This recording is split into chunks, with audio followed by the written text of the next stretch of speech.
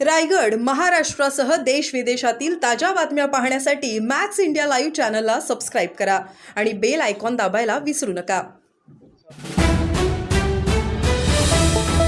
जिस तरह से वो हाँ, सामने विश्व दिखते हैं।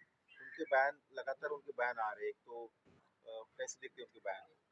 लेकिन जाहिर है निशिकांत जी भारतीय जनता पार्टी के नेता है, आरएसएस के सहयोगी हैं, तो उनसे क्या उम्मीद करते हैं। वो उसी तरह की भाषा का इस्तेमाल अपने पूरे राजनीतिक कैरियर में उन्होंने किया है। और ये वो लोग हैं जो देश को बांटने में लगे हैं, तोड़ने में लगे हैं, धार्मिक उन्माद पैदा कर रहे हैं, और इसको आने वाले समय में देश को इसकी कीमत चुकानी पड़ेगी। दूसरा सवाल कि उन्होंने फिर एक बयान दिया और कहा है कि जब एसवाई कुरैशी पूर्व चुनाव आयोग के प्रमुख थे, तो उन्हीं के कार्यकाल में सबसे ज़्यादा फर्जी वोटर बने और बाहरी लोग जो है वो वोटर बनाए गए। अब वो जो भी कह रहे हैं वो तो जांच का मामला है। और सवाल ये है कि कुरैशी साहब को तो रिटायर हुए काफ़ी अरसा हो चुका है, और उसके बाद जो घटनाएं हो रही है उसको देखने की आवश्यकता है। अगर उनके वक्त में भी अगर ऐसा हुआ है तो वो गलत है, लेकिन अभी जो हो रहा है वो चिंताजनक है। किस प्रकार से जो बयानबाजी लगातार कर रहे हैं, कभी चीफ जस्टिस पे सवाल खड़े कर रहे हैं कि गृह युद्ध की तरफ वो देश को ले जा रहे हैं, कभी कुरैशी साहब को लेकर कह रहे हैं। आप लोग कोई विशेष मांग करने वाले हैं क्या, क्योंकि सुप्रीम कोर्ट में जो है उनके खिलाफ पिटीशन दायर की? भाई बीजेपी ने किनारा किया उनके बयान से, कहा कि व्यक्तिगत मतलब। हाँ, सही है। देखिए, संविधान आ, की जानकारी हमको नहीं लगता है कि दुबे जी को ज़्यादा है। पढ़े लिखे कहाँ तक है मुझे इसकी भी जानकारी नहीं है, लेकिन सुप्रीम कोर्ट के ऊपर इस तरह हमला करना या सीजीआई के खिलाफ कुछ इस तरह की बात करना, ये जाहिर करता है कि उनको संविधान पर विश्वास नहीं है। अगर संविधान पर जिसको विश्वास होगा वो सुप्रीम कोर्ट पर और चीफ जस्टिस ऑफ इंडिया को तो मान कर चलेगा, उस पर विश्वास करेगा। उनके जो भी जजमेंट है, डायरेक्टिव है, सारा देश उसी से चल रहा है। तो संविधान की अवहेलना कोई भी व्यक्ति अगर करता है तो वो गलत है।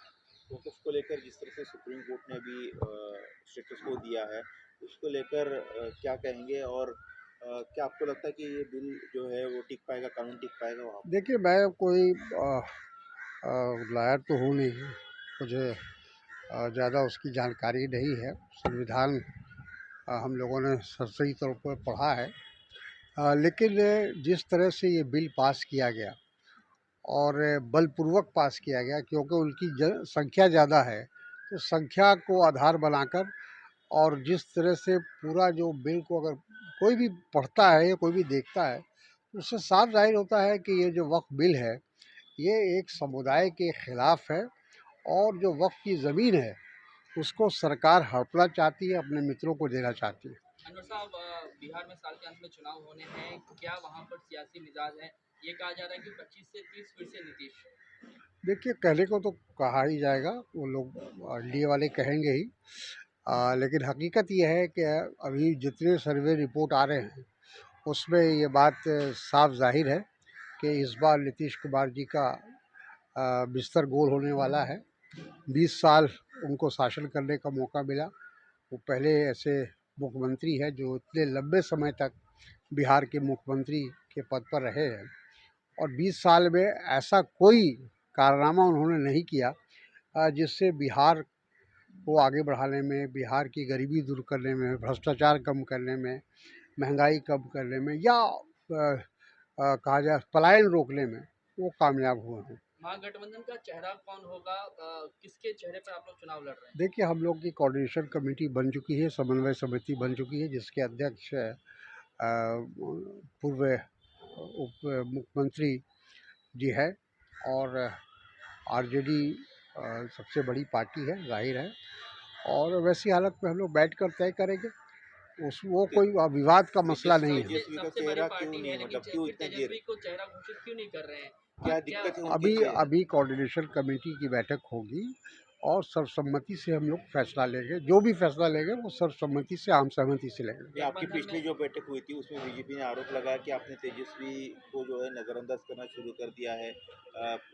बीजेपी तो बीजेपी को तो खुश होना कांग्रेस अभी चाहिए। बीजेपी का झोला उठाने के लिए, आरजेडी का झोला उठाने के लिए तैयार नहीं है, ऐसा कहना है। देखिए ऐसा है कि वो चाहते नहीं हैं कि जो आरजेडी या भी कांग्रेस के बीच में या लेफ्ट फ्रंट के बीच में समन्वय हो, कोऑर्डिनेशन हो, मिलजुल कर चुनाव में। भारतीय जनता पार्टी का तो प्रयास रहेगा कि इस गठबंधन को, जिसको हम इंडिया गठबंधन कहते हैं, उसको डिवाइड किया जाए, उसको तोड़ा जाए।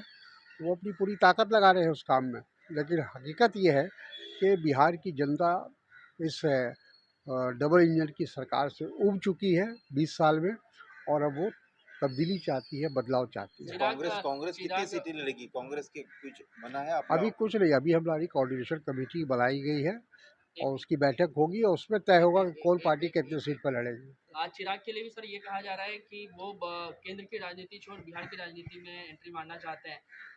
आप लोग स्वागत करेंगे? और हम लोग क्यों स्वागत करेंगे भाई? चिराग वो एक अपनी अपनी उनकी अपनी पार्टी है, वो अपना फैसला लेने के लिए स्वतंत्र है। महाराष्ट्र में ये कहा जा रहा है कि दोनों ठाकरे बंधु जो हैं वो साथ में आ सकते हैं। क्या कुछ कहें, क्योंकि महाराष्ट्र की नहीं, राजनीति से भी आप काफी वाकिफ हैं। देखिए अब क्या होता है, अभी कहा नहीं जा सकता है। आ, है तो एक ही परिवार। नहीं, कांग्रेस कांग्रेस को क्या मंजूर हुआ कि राज ठाकरे जो है वो गैर अभी मराठी को कोई उनकी अभी पार्टी के लोग, और वो अब लाउड स्पीकर की भाषा करते हैं, उनका हार्ड हिंदुत्व है, देखिए ये अभी एमपीए में स्वीकार ऐसा होगा क्या?